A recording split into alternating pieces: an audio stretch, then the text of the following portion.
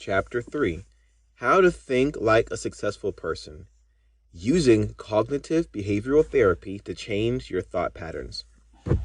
How do you go about breaking out of your current thought patterns and adopting the thinking of those people who are highly successful? Unfortunately, if you're just as pessimistic as everyone else, and if your ambitions have typically been modest and realistic, what a despicable word, then you will have been practicing and thus reinforcing negative thought patterns your whole life. It's thus going to take some real effort to break out of those and to start thinking in a more positive and success-oriented manner. This is where CBT comes in. What is CBT? CBT stands for Cognitive Behavioral Therapy. This is a psychotherapeutic technique used by therapists and psychologists to treat all kinds of mental health problems, and phobias, anxieties, and stress in particular.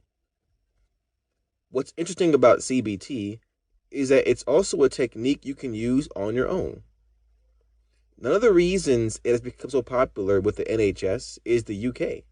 It doesn't require anyone to be physically present. Other forms of therapy, like psychotherapy, require lengthy sessions lasting hours multiple times a week. CBT, on the other hand, can be conducted via email and actually has much more evidence in support of its effectiveness as well. The general idea behind CBT, then, is to give patients the tools they need to reprogram their thoughts and to change the way they think. Therapists use this to teach people how to get rid of phobias or OCD.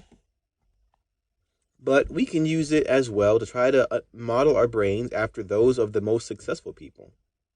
And also just to make sure that we are sticking to our goals and objectives. How it works. To do CBT, you first have to identify the contents of your thoughts.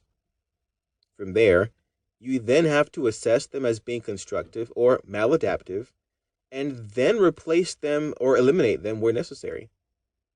You can then also use various different exercises and strategies in order to cement these positive effects. Two important stages in this process are mindfulness and cognitive restructuring. Mindfulness. In mindfulness, you will essentially be listening to your own thoughts and assessing them.